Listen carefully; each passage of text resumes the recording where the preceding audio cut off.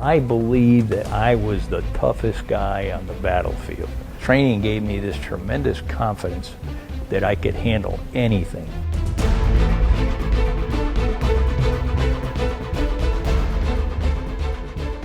My parents very cleverly brought me down here when I was 12 years old.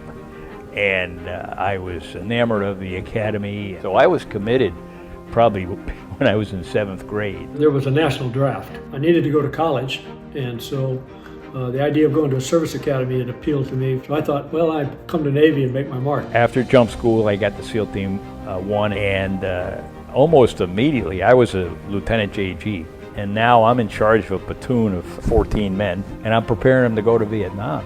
Vietnam provided a different war experience. The unfortunate part about it was we were trying to fight a conventional war over there with major forces. We also did not train for night fighting or jungle fighting or have the kinds of skill sets in our armed services that really could have made a difference in a guerrilla warfare environment. Yet SEALs came over there specifically to try to take the war to the enemy and to do it in a very dramatic way. Really, the SEALs, when they became SEALs, they were a much more potent and really versatile force than their ancestors in World War II, frogs, naval combat demolition they called them. Really just stayed in the water. And then in Korea they started doing a little bit more, but they were running demolition raids and they were doing some recon. So it was a natural evolution, I think, to get into the direct action that the SEALs that we had in Vietnam. We were right in the ground and right in the thick of it, but we actually determined more or less what we were going to do every night, where we were going to go. We were pretty much in that era our own boss. It was left up to us to figure out how do we get out and mix it up with the Viet Cong or the North Vietnamese forces.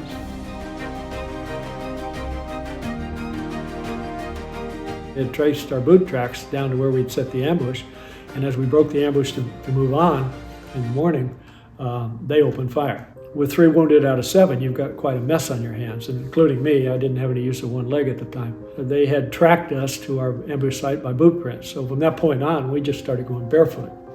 And that's the way Vietnamese peasants wandered around in that part of Vietnam, and it certainly worked out a whole lot better in the mud, too. The way we operated was we would get intel. We went over to the Chu Hoi Center, and the newest VC said, well, he said, I know where there's a huge medical cache, and I can lead you right to it.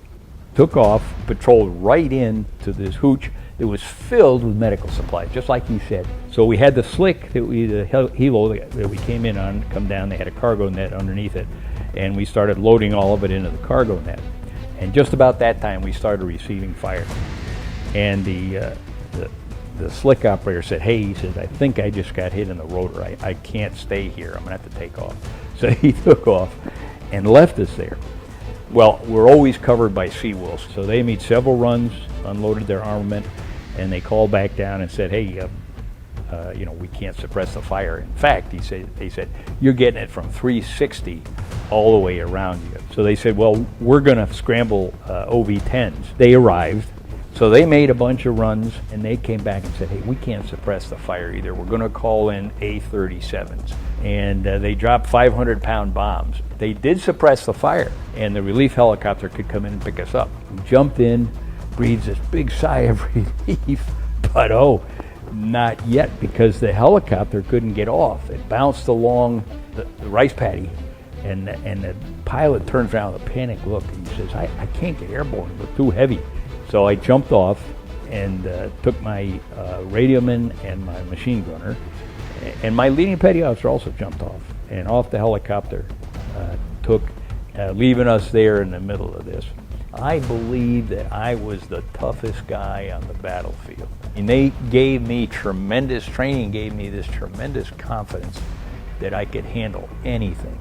Well, because there's a culture of never giving up. And you might want to give up, but you know that SEALs just don't.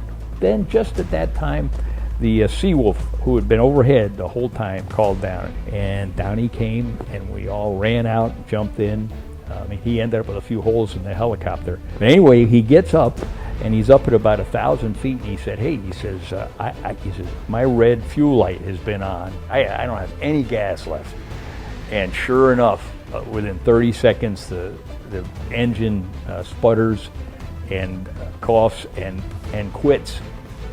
But he was able to auto-rotate far enough. He got us out of the perimeter, and there was actually a government outpost there, and he was able to land there. So, I mean, I felt good about that. Nobody was injured in my platoon, and later intel we got is we decimated the Viet Cong group. That was what we were trained to do, and knowing that it's my responsibility to do the very best I can for my platoon and to get everybody out of there safely.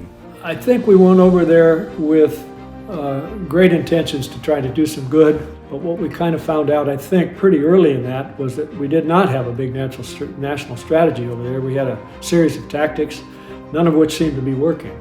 It's very hard now in retrospect not to see that there was an awful lot of people that died over there, and ultimately we failed. And I'm reminded of chess champion Gary Kasparov, world chess champion. He said that strategy without tactics is a slow route to victory, but tactics without strategy is simply the noise before defeat. For some people, and for me when I was that age, it's the path. And for some people, that's the path they want to take. And by all means, they should go try it out. It is going to be difficult. I noticed, by the way of interest, that this year 32 midshipmen are going to become SEALs on graduating class. I think that's wonderful. It's very team-oriented. It's very closely knit.